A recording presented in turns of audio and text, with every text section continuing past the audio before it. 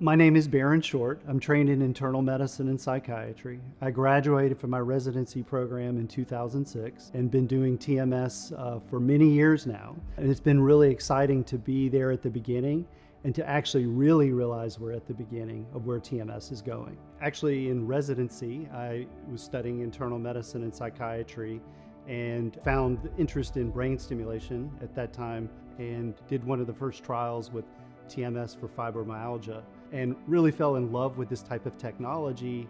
In many ways, how clean it is. It's not involving medication.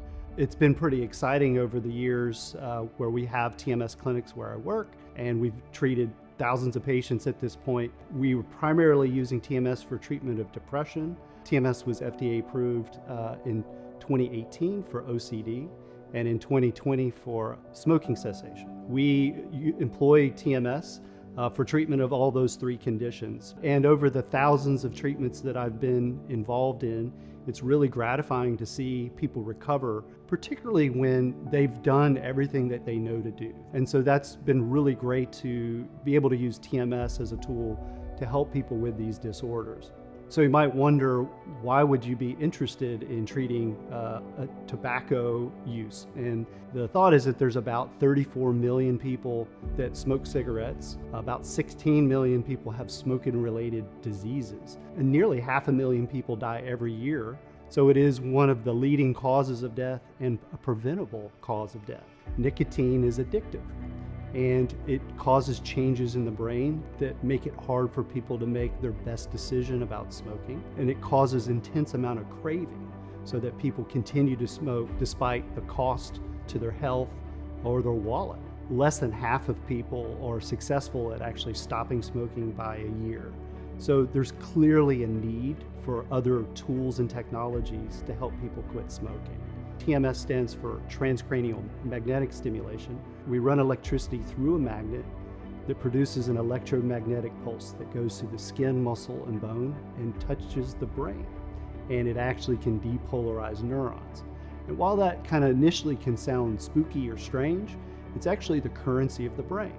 The brain is an electrochemical organ, so it's not just changing the chemistry, it's changing the electrical patterning.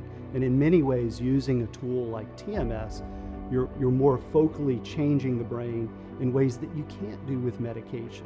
It's great to see how deep TMS can intervene over a matter of weeks, give people control again so that they can stop smoking on their own. And they're not needing to continue some type of medication or therapy to stop smoking.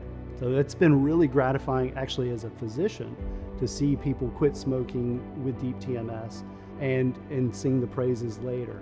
So I think there's this opportunity for TMS to not just be in a few clinics here and there, but actually be quite a pervasive treatment. Not to mention that TMS is still being studied for a variety of other conditions, still at the research level, but certain conditions such as pain or movement disorders, there are a variety of things being studied. So it's very likely that this may broaden into other kind of traditional fields of medicine, such as neurology. I think we're just at the beginning. The idea to say we can use deep TMS or TMS in general to basically turn down or turn up activity in the brain to treat a disease. And so we're just at the beginning of where we're actually going to go with this technology.